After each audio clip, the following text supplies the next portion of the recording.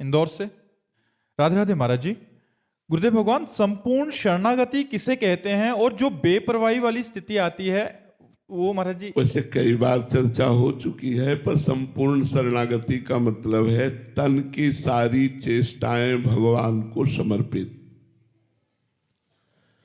भगवान को समर्पित वही चेष्टाएं होती जो धर्म में होती है। पाप में चेष्टाएं कि पाप करो कृष्णार्पणम मस्तु, ऐसा नहीं। जैसा शास्त्र आदेश करता वैसे चलना चाहिए। जो धर्ममय आचरण है उनको भगवान को समर्पित करना। तो जो भगवान को समर्पित करने की उत्साह रखता है वो पापाचरण क्यों करेगा?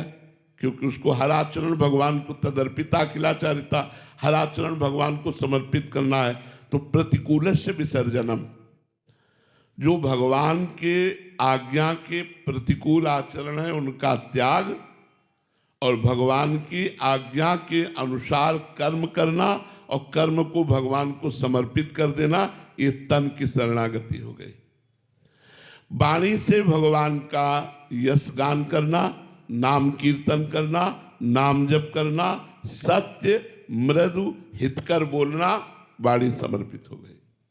मन से किसी का बुरा ना चाहना, गंदे विचार ना करना, गंदा संकल्प ना करना, भगवत विचारों में रहना, भगवत नाम का चिंतन, भगवत मंत्र का चिंतन, भगवत रूप का चिंतन, भगवत सेवा संबंधी संकल्प करना, तो मन शुद्ध, तन शुद्ध, मन शुद्ध, वाणी शुद्ध, तो स्वयं तो सच्चिदानंद में भगवान का अंश शुद्ध ही है, फिर पूर्ण शरणागत हो जाती। अशुद्ध मन शरणागत नहीं होता।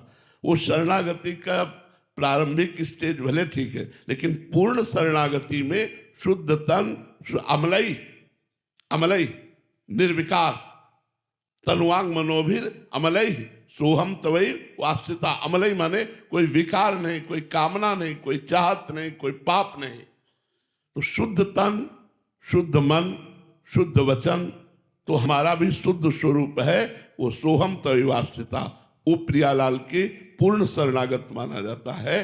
प्रारंभ में वचन से शुरू होती है, नाथ मैं आपकी शरण में हूँ।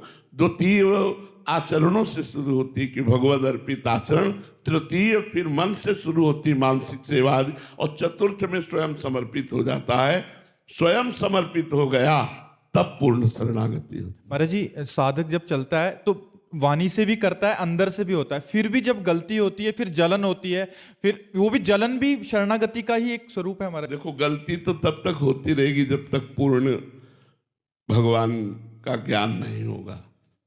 गलती होती रहेगी, तब तक होती रहेगी, बड़ी ऊंचाई तक होती रहेगी। महाराज जी, आपने बोला ना कि वो उससे गलती होती नहीं है, बट फिर महाराज जी हम नहीं, वो जब अहम समर्पित हो जाता है। जब तक अहम समर्पित नहीं होता तब तक त्रुटि हो सकती है। ये बहुत लंबा खेल है, इसे कोई ऐसा न समझे कि साल 2 साल माला चला लेंगे तो हम विजयी हो जाएंगे। ऐसा नहीं है, ये बहुत अध्यात्म का प्रोसेस है, धैर्य पूर्वक चलना पड़ेगा। अगर हमसे त्रुटि हो जाती है तो वो मेरी कमी है और मैं उसे सुधारने की भगवान की कृपा बल से कोशिश करूं और भगवान से क्षमा याचना मांगूं और चलूं।